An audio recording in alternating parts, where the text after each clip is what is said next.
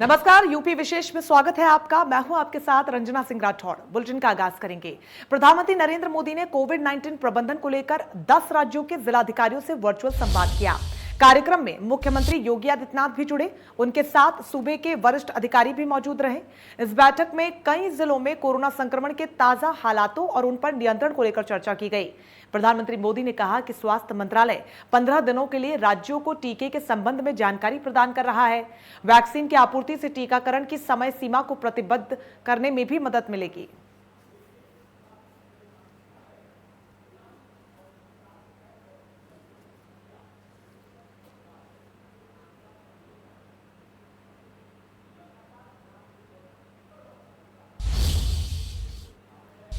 मुख्यमंत्री योगी आदित्यनाथ ने एक बार फिर से संवेदनशीलता की मिसाल पेश की है। उन्होंने लीवर की बीमारी से जूझ रही 4 साल की बेटी की मदद की।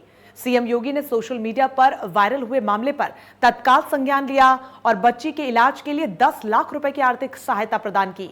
शिवा पांडे नाम की बच्ची गोरखपुर की रहने वाली है और दिल्ली के institute of liver and biliary science में एडमिट है। सोशल मीडिया पर बच्ची के पिता सत्येंद्र पांडे ने बेटी के इलाज के लिए लोगों से मदद की गुहार लगाई थी। सत्येंद्र पांडे पिछले 6 महीने से बेटी शिवा का गोरखपुर में ही इलाज करवा रहे हैं। दिल्ली के डॉक्टरों ने इलाज के लिए बड़ा खर्च बताया था। सत्येंद्र पांडे गोरखपुर में प्राइवेट नौकरी करते हैं और इससे पहले भी सोशल मीडिया और मीडिया पर आए कई मामलों में सीएम योगी ने लोगों की मदद की है।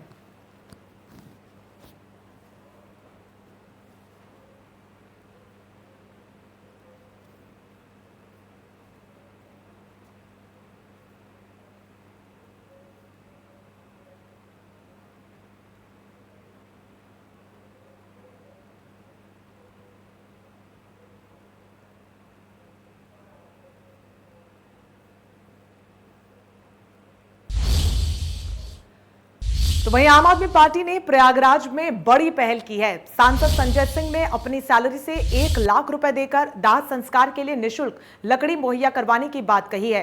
पार्टी ने नंबर जारी करते हुए लोगों से सहयोग की भी अपील की है। आम आदमी पार्टी ने प्रयागराज में बड़ी पहल की है। तस्वीरें आपको दिखा रहे हैं।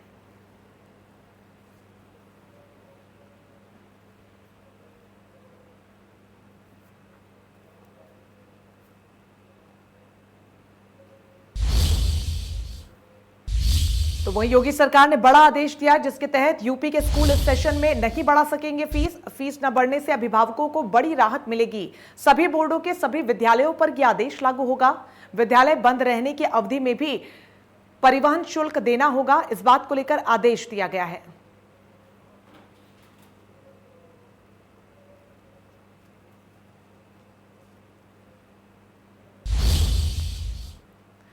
केंद्रीय मंत्री मुख्तार अब्बास नकवी ने जल शक्ति राज्य मंत्री बलदेव सिंह औलख और जिला अधिकारी के साथ जिला अस्पताल का दौरा किया। इस दौरान उन्होंने अपने राजनीतिक विरोधियों पर भी निशाना साधा।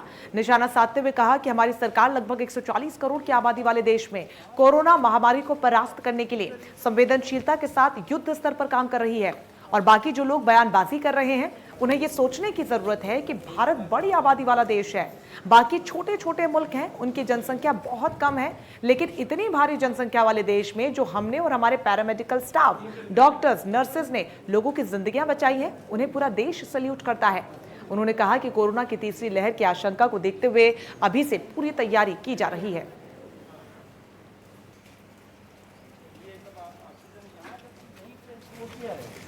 केंद्रीय मंत्री मुख्तार अब्बास नकवी, यूपी के जल शक्ति मंत्री बलदेव सिंह औलख संग आज यहां पहुंचे। उन्होंने सबसे पहले इमरजेंसी में जाकर मरीजों को मिलने वाली सेवाओं के बारे में पूछा और उसके बाद पैदल पैदल छाता हाथ में लिए वो तमाम सारी चीजों को देखने के लिए निकले। तकरीबन 22 मिनट तक केंद्रीय मंत्री मुख्तार अब्बास नकवी तमाम सारे लोगों से बातचीत करते रहे। जो कोविड के पेशेंट है वहां पर भी जाके तमाम सारी व्यवस्थाओं को देखा और रामपुर के जिला अधिकारी रविंद्र सिंह मादड़ जी से भी वार्तालाप की। 22 मिनट तक अस्पताल में निरीक्षण जैसे जैसे वो करते रहे वैसे वैसे तमाम सारी चीजों को लेकर मुख्तार अब्बास नकवी रामपुर के जिलाधिकारी से बातचीत करते रहे और उनसे पूछते रहे थे कि कितनी दिक्कतें और हैं जिन चीजों को लेकर हमें और हमारी सरकार को काम करना है। बहरहाल तमाम सारी चीजों को लेकर केंद्रीय मंत्री मुख्तार अब्बास नकवी ने अपने राजनीतिक विरोधियों पर शिकंजा कसते हुए कहा कि जो लोग भारत पर कोविड को लेकर तमाम सारी बातें बना रहे हैं, उन्हें यह सोचना चाहिए कि भारत एक बड़ी जनसंख्या वाला देश है। बाकी के छोटे छोटे मुल्क हैं, वहाँ की जनसंख्या भी कम है, और यहाँ पर कोरोना जैसी महामारी में हमारे तमाम सारे मेडिकल स्टाफ के लोग, डॉक्टर, नर्सें, पैरामेडिकल जो सेवाएं दे रहे हैं, मरीजों की ज़िंदगी बचा रहे हैं, उनको हम सैल्यूट करते हैं, उनको गर्व से कहते हैं कि वही अब भारत को जिताएंगे और कोरोना हर हाल में हारेगा। आज तमाम सारी चीज़ों को लेकर अब मुख्तार अब्बास नकवी विकास भवन के सभागार में सभी अफसरों संग बैठक करने जा रहे हैं, और बैठक में तमाम सारी चीज़ों को लेकर रणनीति बनाएंगे कि गांव की पीएससी, सीएससी में जो व्यवस्थाओं का बुरा हाल है, उन पर भी बड़े स्तर पर कार्रवाई होने की ज़रूरत है। तो आज हम बताएंगे कि रामपुर के विकास भवन के सभागार में केंद्रीय मंत्री मुख्तार अब्बास नकवी ने जो तमाम सारी चीज़ों को लेकर बैठक की है, उसमें क्या दिशा निर्देश उनकी तरफ से दिए गए। इंडिया न्यूज़ के लिए ओमपाल सिंह राजपूत। ऑक्सीजन की किल्लत को दूर करने के लिए सूबे के गन्ना मंत्री सुरेश राणा ने कहा कि गन्ना विभाग व आबकारी विभाग पूरे प्रदेश में हर जनपद में ऑक्सीजन प्लांट लगाकर ऑक्सीजन की किल्लत को दूर करेगा। उन्होंने जानकारी देते हुए बताया कि जनपद शामली में गन्ना विभाग व आबकारी विभाग संयुक्त रूप से 2 जगहों पर ऑक्सीजन प्लांट लगा रहा है, जबकि शामली में 6 जगहों पर ऑक्सीजन प्लांट लगाने की तैयारी की जा रही है। गन्ना विभाग व आबकारी विभाग प्रदेश भर में 3400 बेड के लिए ऑक्सीजन की सुविधा उपलब्ध कराने पर भी काम कर रहा है। सभी जनपदों में एक ऑक्सीजन प्लांट लगाया जाएगा, जबकि प्रदेश के बरेली, सीतापुर, गोरखपुर, कुशीनगर व शामली में ऑक्सीजन के 2 प्लांट लगाए जाएंगे।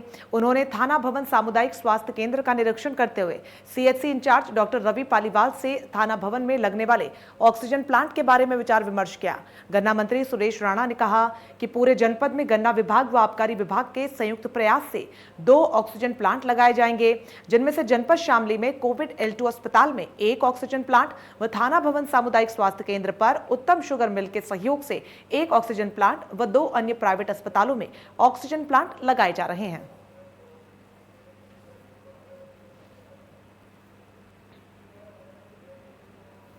माननीय मुख्यमंत्री जी के निर्देश पर गन्ना विभाग ने उत्तर प्रदेश के सभी जिलों में ऑक्सीजन प्लांट लगाने का फैसला किया है। हम लोगों ने माननीय मुख्यमंत्री जी के निर्देश पर वहाँ की डिमांड के आधार पर फैसला किया है। अधिकांश जिलों में 1 प्लांट लगाने का फैसला किया गया है। उसी क्रम में जनपद शामली में हम 2 प्लांट लगा रहे हैं। एक शामली जो हमारा कोविड हॉस्पिटल है वहाँ 1 प्लांट लगा रहे हैं, और 1 प्लांट थाना भवन सीएचसी पर हम लोग लगा रहे हैं। ये प्लांट 50 बेड को सीधी ऑक्सीजन देगा। जो क्रिटिकल पेशेंट हैं या सीवियर पेशेंट हैं, उन पेशेंट को ऑक्सीजन की उपलब्धता हो, इसीलिए हम लोगों ने थाना भवन में भी ये जगह चिन्हित की है। और अभी कल हमने दौरा भी कराया था। उत्तम ग्रुप से हम यहाँ एक ऑक्सीजन प्लांट थाना भवन की सीएचसी पर भी लगाएंगे। वहीं उत्तर प्रदेश के कृषि मंत्री और इटावा के प्रभारी मंत्री सूर्य प्रताप शाही 1 दिन के दौरे पर इटावा पहुंचे। इस मौके पर डीएपी पर 50% सब्सिडी पर उन्होंने हमारे सहयोगी अमित मिश्रा से खास बातचीत की। ये रिपोर्ट देखिए। कृषि मंत्री और इटावा के प्रभारी मंत्री सूर्य प्रताप शाही आज हमारे साथ हैं, इटावा दौरे पर आए हैं। हम इनसे जानते हैं कि जहां एक तरफ भारत के प्रधानमंत्री ने ट्वीट किया है कि जो डीएपी है, डीएपी के रेट 2400 से 1200 रुपये कर दिए जाएं, जहां किसान हित की बात की जाती है, उस पर मैं मंत्री जी से बात करता हूं कि किस तरह की क्या स्ट्रेटजी सरकार, उत्तर प्रदेश सरकार ने भी की है, जहां एक तरफ भारत के प्रधानमंत्री के ट्वीट के बाद। मंत्री जी, इंडिया न्यूज़ में आपका स्वागत है। किस तरह से किसानों की हित के लिए जो तैयारी की गई है, क्या क्या रहा है? देखिए, आदरणीय प्रधानमंत्री जी के द्वारा ये बहुत बड़ा ऐतिहासिक फैसला लिया गया है, इसलिए कि डीएपी, जिसको डाई कहते हैं गांव के किसान, उसका रॉ मटेरियल हिंदुस्तान में नहीं है, और डीएपी आती है गल्फ़ कंट्री से और विशेष रूप से जॉर्डन से आती है। तो उन लोगों ने 60 से लेकर के 70% उसकी कीमतें बढ़ा दी, जिसकी वजह से जो 1200 रुपये की यूरिया 1200 रुपये की डाई थी, वह हिंदुस्तान पहुंच करके और 1400 रुपये में वो बिकने के लिए 1400 रुपये में जाती है। तो एक तरीके से हिंदुस्तान के किसान को 1200 की जगह पर 2400 रुपया देना पड़ता, 2400 रुपये में जाती 2400 रुपया देना पड़ता। वह एक बहुत बड़ा आर्थिक बोझ किसानों के ऊपर आता और उसके संदर्भ में हम लोगों ने भी अनुरोध किया था भारत सरकार से, और भारत सरकार ने बहुत ही सदाशयता के साथ किसान कल्याण के अपने उस मिशन को पूरा करने की दृष्टि से कल प्रधानमंत्री जी की अध्यक्षता में बैठक हुई और उन्होंने कहा कि पुराने ही दर पर यूरिया DAP दी जाएगी और उसके लिए जितना भी सब्सिडी होगा हम देंगे। और उन्होंने 700 रुपये पर बैग सब्सिडी बढ़ा दिया। पहले 500 रुपया भारत सरकार देती थी, उसको बढ़ा करके 700 कर दिया। तो अब 1200 रुपये सब्सिडी के रूप में दिए जाने से DAP अब जो है वो 1200 रुपये में ही बिकेगी। और इसलिए राज्य सरकार की ओर से माननीय मुख्यमंत्री योगी आदित्यनाथ जी ने, मैंने, दोनों ने मिलकर के उत्तर प्रदेश के किसानों की तरफ से हम प्रधानमंत्री जी का हार्दिक अभिनंदन करते हैं। और प्रधानमंत्री जी के इस कदम से लगातार जो है जब से उनकी सरकार बनी है किसानों के कल्याण के लिए विभिन्न कदम उठाए, उसमें से भी यह एक बहुत बड़ा महत्वपूर्ण कदम है। प्रदेश के भीतर पिछले फरवरी महीने से जब से ये कीमतें बढ़ी थीं, DAP का फ्लो बहुत कम हो गया था और इसलिए हम लोगों की चिंता ये थी कि खरीफ के फसल की बुआई कैसे हो सकेगी, लेकिन इस निर्णय के द्वारा उस काम आसान हो गया है। अभी 2 दिन पहले मैंने भारत सरकार के सचिव उर्वरक से भी बातचीत किया था, अपने विभाग के आदरणीय कृषि मंत्री जी और कृषि सचिव से बात किया था कि इस पर जल्दी यदि फैसला हो जाएगा तो अच्छा होगा। और भारत सरकार ने मुझे 2 दिन पहले ये अवगत कराया उर्वरक मंत्रालय ने कि हम उत्तर प्रदेश को 15 रेक प्राथमिकता के आधार पर देंगे और वो रेकों का मूवमेंट कल से शुरू हो गया है, जो 3-4 दिन के भीतर यहाँ पर आ जाएंगे, कई जिलों में आ जाएंगे। और 31 तारीख के पहले 15 रेक DAP यहाँ उत्तर प्रदेश के विभिन्न स्थानों पर पहुँचेगी, जिससे कि हम आगे के उन कठिनाइयों का निराकरण कर सकेंगे। और राज्य सरकार निरंतर इस बात के लिए सतत और जागरूक है कि वो किसानों को किसी भी प्रकार से कोई दिक्कत नहीं होने देगी। और इसलिए जून के पहले हम पर्याप्त मात्रा में 6 लाख मीट्रिक टन से ज़्यादा हम DAP प्रदेश के भीतर पहुंचा देंगे, जिससे किसानों के जो रुपाई और बुआई की आवश्यकता है उसकी प्रतिपूर्ति। तो ये प्रभारी मंत्री हैं जिनका कहना है कि जो टीचर्स का भी मामला है मौत का, जो अगर किसी तरह की भी सूचना जो लिस्ट आती है तो उस पर बाकायदा जांच कर कार्रवाई की जाएगी। कैमरामैन सुनील परासर के साथ अमित मिश्रा, इंडिया न्यूज। तो वहीं गोरखपुर के दक्षिणी बेतिया हाता स्थित दुर्गा मंदिर से लेकर फल मंडी चौक सहित विभिन्न गलियों में चंद बूंदों की बारिश ने ही पोल खोलकर रख दी। एक बार फिर से चारों तरफ सड़कें नालों में तब्दील होती हुई नजर आई। चारों तरफ पानी ही पानी नजर आ रहा है। ऐसे में नाली का पानी और बारिश का पानी एक हो गया है। इस बारिश के पानी से सड़कों पर घुटने भरने वाले की वजह से आवागमन को बाधित हुआ है, साथ ही लोगों की परेशानियां भी बढ़ गई हैं।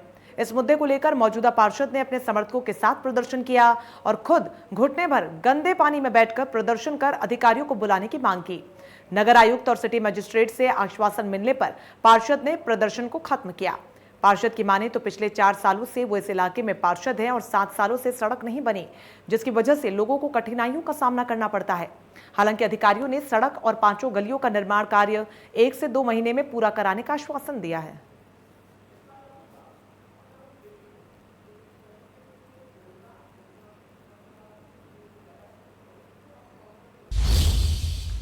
प्रदेश के जनपद हापुड़ में तहसील गढ़मुक्तेश्वर क्षेत्र के गांव अब्दुल्लापुर में इंडिया न्यूज की टीम पहुंची, जहां पर ग्रामीणों से कोरोना स्थिति के बारे में जानकारी ली गई। इस गांव में कोरोना का एक भी मरीज नहीं है और कोरोना यहां से कोसों दूर है। यहां के युवा ग्राम प्रधान खुद सफाई व्यवस्था में लगे हुए हैं। उनका कहना है कि गांव में ग्रामीणों के रिश्तेदारों में आना जाना बंद है और बाहरी लोगों का प्रवेश भी वर्जित है। लोगों को लगातार जागरूक भी किया जा रहा है। हापुड़ के अब्दुल्लापुर गांव में कोरोना है कोसों दूर।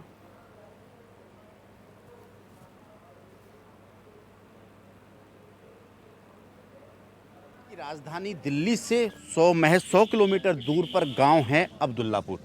इस अब्दुल्लापुर में अभी चुनाव होकर निपटे हैं और चुनाव में जो है होने के बाद कोरोना काल में जिस तरीके से महामारी पूरे देश और प्रदेश में फैली हुई है, जिस तरीके से लोग प्रताड़ित हैं, मगर इस 4000 करीब 4000 की आबादी वाला ये गांव, इस गांव के अंदर अभी तक कोई कोरोना पेशेंट नहीं है और जबकि बताया जा रहा है कि जो स्वास्थ्य विभाग है उसने यहाँ टेस्टिंग कराई थी, उस टेस्टिंग में भी जो है कोई पेशेंट यहाँ निकल के आया। तो जानते हैं ऐसा क्या है कि कोरोना इस गांव में दाखिल नहीं हुआ है, उसके लिए क्या यहाँ की व्यवस्थाएं हैं, कैसी हैं। हमारे साथ गांव के प्रधान हैं, युवा प्रधान हैं टीकम सिंह जी, उनसे बात करते हैं। तो उन्होंने क्या ऐसी रणनीति अपनाई जो कोरोना को जो है गाँव में नहीं घुसने दिया। क्या नाम है आपका? मेरा नाम टीकम सिंह। टीकम सिंह, ये बताइए कि जो कोरोना जो महामारी चल रही है तो उससे लड़ने के लिए आपने क्या रणनीति बनाई कि गांव में जो ना कोई। हमने अपनी टीम बनाई और ये चुनाव के दौर की बात नहीं कि मैं प्रधान बना हूँ तो कि मैं टीम के साथ मैं यहाँ पे काम कर रहा हूँ। मैं चुनाव से पहले भी लगातार अपनी टीम, हम नाली, ये सब जितनी भी नाली रुकी हुई थी सबको साफ़ किए, पूरे गांव में झाड़ू लगाए, जितनी गार थी सब निकाल दी। यहाँ पे मच्छर नहीं, कुछ नहीं, साफ़ सफाई, कोई पानी रुका हुआ नहीं है। इसमें हमें बहुत बड़ी सफलता मिली। नहीं, एक चीज़ बताइए कि जिस तरीके से जो है कि कोरोना फैल रहा है, लोग आ भी रहे हैं, जा भी रहे हैं, और कोई ऐसा गांव अछूता नहीं बचा है कि जिसमें कोरोना का एक आध पेशेंट ना हो।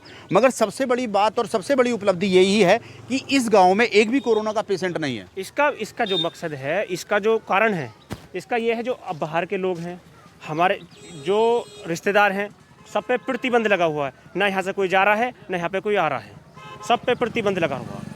तो नहीं, रिश्तेदारों पे आपने प्रतिबंध लगा दिया, वो नहीं आ रहे हैं और उनके नहीं है, तो वो उसके बावजूद भी जो कार्यक्रम है, कुछ कार्यक्रम भी गांव के अंदर कुछ उन पे भी पाबंदी लगाई गई।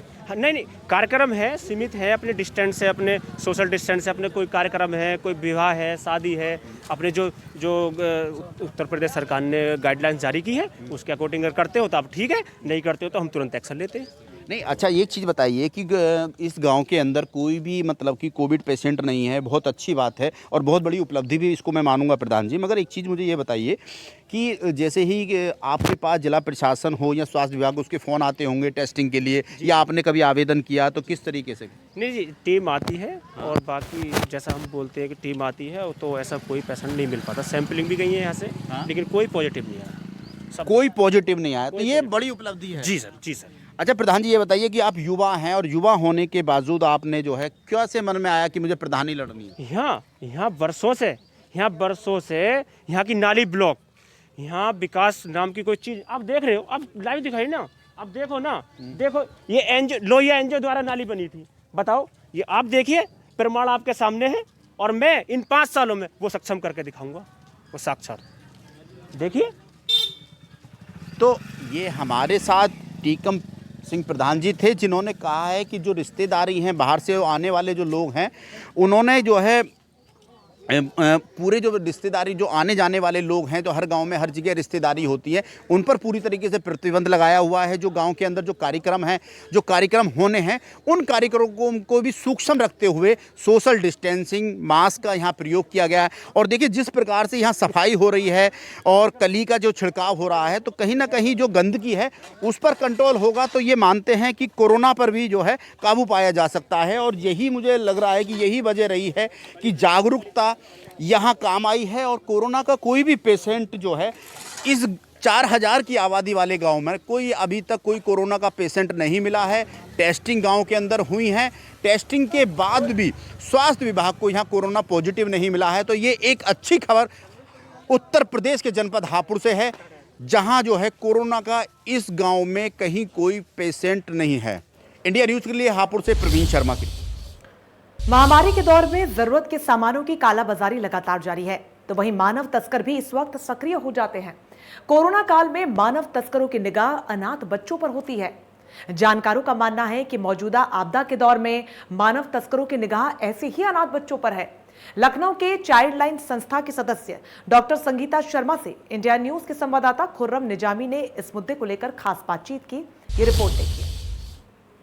कोरोना काल में सब चीज़ की कालाबाजारी हुई, चाहे ऑक्सीजन की बात कर लीजिए, ऑक्सीजन बेड की बात कर लीजिए, प्लाज्मा बात कर लीजिए, रेमडेसिविर इंजेक्शन की बात कर लीजिए, या कंसंट्रेटर की बात कर लीजिए, सबकी कालाबाजारी हुई। लेकिन जब कभी भी आपदा होती है तो एक बड़ी आशंका ह्यूमन ट्रैफिकिंग की भी होती है कि कहीं जिस छोटे से बच्चे के माँ बाप गुजर गए हों कोरोना के चलते, बीमारी के चलते, क्या वहाँ भी ह्यूमन ट्रैफिकिंग का क्या मामला आ सकता है। मैं सब मौजूद हूँ चाइल्ड लाइन में, डॉक्टर संगीता शर्मा मौजूद हैं, उनसे हम बात करेंगे क्या इस मामले में ऐसा कुछ आया है, क्योंकि तमाम मैसेजेस आए हैं इसमें जिसमें बच्चों को गोद देने की बात की जा रही है। मैम, इंडिया न्यूज़ में आपका स्वागत है। लेकिन सबसे बड़ी बात जो मैं जानना चाहता हूं, जो सब जानना चाहते हैं, कि हर चीज़ की तो कालाबाजारी हो गई, क्या ह्यूमन ट्रैफिकिंग का भी कोई मामला आ सकता है? क्योंकि तमाम मैसेजेस आ रहे हैं कुछ जिसमें छोटे बच्चे को गोद देने की बात की जा रही है।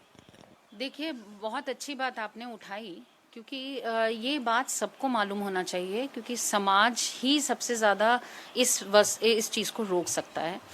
कोई भी पैंडमिक हो, चाहे वो फ्लड हो या कोई अकाल हो या तूफान हो, हर समय ऐसा हुआ है। पुराने कई ऐसे इतिहास हमारे पास हैं, ऐसे आंकड़े हैं जहाँ पर हमने देखा है कि इस तरह के पैंडमिक में सबसे ज़्यादा बच्चों की और महिलाओं की ट्रैफिकिंग होती है। पैंडमिक में जो अब कोरोना पैंडमिक है, इसमें कई परिवार ऐसे हैं जो कि जहाँ माता बहुत कमज़ोर है, पिता की मृत्यु हो गई है और बच्चे और माँ अकेले रह गए हैं, और वो यदि गरीब परिवार के हैं तो पूरी संभावना है कि उन बच्चों की ट्रैफिकिंग हो जाए, क्योंकि ऐसे समय पे, पैंडमिक के समय पे ट्रैफिकर्स बहुत एक्टिव हो जाते हैं। और जहां वो देखते हैं कि ऐसे वल्नरेबल बच्चे हैं, ऐसे कमज़ोर परिवार है, बहुत आर्थिक रूप से कमज़ोर है, शारीरिक रूप से कमज़ोर है और शैक्षणिक रूप से भी कमज़ोर है, तो ऐसे ही बच्चों को वो लोग टारगेट बनाते हैं। तो मैं ये कहना चाहूँगी सभी को, ये बहुत ध्यान में रखने वाली बात है कि यदि इस तरह के कोई बच्चे मिलते हैं तो आप ये ना सोचिए कि इस बच्चे को इसके चाचा के पास या इसके मामा के पास, क्योंकि चाचा मामा भी ट्रैफिकिंग कर सकते हैं। क्योंकि आज का समय ऐसा है कि सबको पैसे की ज़रूरत है, सब लोग ही परेशान हैं, और ऐसे में जब हम ये देख रहे हैं कि जैसे कि आपने कहा कि इतनी चीज़ों की कालाबाजारी हो रही है, तो अगर कोई सिलेंडर की कर रहा है या बेड की कर रहा है तो वो कोई कमज़ोर आदमी नहीं होगा। तो ऐसी स्थिति में हमें ध्यान में रखना है कि हम किसी भी बच्चे को अकेला ना छोड़ें। ऐसे समय पे सबसे ज़रूरी है कि आप 1098 मिला करके चाइल्ड लाइन को इत्तला करें, उनको ये खबर दें, सूचना दें कि ऐसा फैमिली है और ऐसा बच्चा है या ऐसे बच्चे हैं जो कि अकेले पड़ गए हैं। कोई ऐसा मामला आपके सामने या संज्ञान में आया हो जिसको आप देख रही हो कि वहाँ ह्यूमन ट्रैफिकिंग की वजह मिल सकती है या कोई केस मिल सकता है? जी हाँ, देखिए, ऐसा एक मैसेज बहुत ज़्यादा ट्विटर पे भी चला, फेसबुक पे भी चला। तो दिल्ली जो SCPCR है, उन्होंने संज्ञान लिया इस पे, और उन्होंने संज्ञान लिया और इस चीज़ को उन्होंने तलाशने की भी कोशिश की कि ये मैसेज कहाँ से ट्रैवल कर रहा है। अब वो तलाश कर पाए कि नहीं तलाश कर पाए मैं नहीं जानती, लेकिन उन्होंने उस मैसेज को लेते हुए ये छापा, ऐसी एक चिट्ठी भी निकाली, सर्कुलर निकाला, चाइल्ड लाइन ने भी निकाला, यहाँ यूपी गवर्नमेंट ने भी निकाला कि इस तरह के कोई भी मैसेजेस बच्चों के बारे में ट्रैवल ना करें। कोई अगर बच्चा है, अकेला पड़ गया है, आप जानते हैं, तो आप पर्सनली इस चीज़ की खबर करें, लेकिन सोशल मीडिया पे, ट्विटर पे, फेसबुक पे, व्हाट्सएप पे नहीं डालें, क्योंकि ऐसा करने से बच्चे गलत हाथों में चले जाते हैं और वाकई जा भी रहे हैं। ऐसे कुछ मामले हैं जिन मामलों में जांच चल रही है। तो इसलिए ये कोई भी सरकार नहीं कर सकती, केवल चाइल्ड लाइन नहीं कर सकती, केवल हम कहें कि अगर कोई एक पर्टिकुलर NGO करे या एक पर्टिकुलर ऑफिसर करे, नहीं कर सकते। ये हमें समाज का पूरा साथ चाहिए ही है।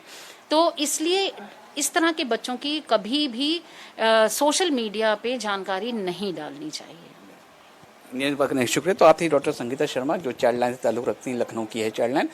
तो साफ है कि इस कोरोना काल में ह्यूमन ट्रैफिकिंग के केसेस भी सामने आ सकते हैं, तो निगाह रखने की सबको ज़रूरत है ऐसे मैसेजेस पर जिसमें छोटे बच्चों को लेकर के मैसेज दिया जा रहा हो, उनके बारे में गलत जानकारी दी जा रही हो। तो ये कहा यह जा रहा है, अगर मैसेज आपके पास आता है तो आप कंसर्न अथॉरिटीज़ को फॉरवर्ड करिए, ना कि आप उसको इस लिहाजा फॉरवर्ड करिए कि शायद आप उस बच्चे की मदद कर सकते हैं। अगर इस जहन के साथ आप उसको फॉरवर्ड कर रहे हैं तो ये भी हो सकता है कि आप एक ह्यूमन ट्रैफिकिंग की अनजाने में, ह्यूमन ट्रैफिकर के अनजाने में मदद कर रहे हों। वीडियो जर्नलिस्ट हरिओम के साथ खुर्रम निजामी, इंडिया न्यूज़ लखनऊ। इसी के साथ यूपी विशेष में बस इतना ही। नमस्कार।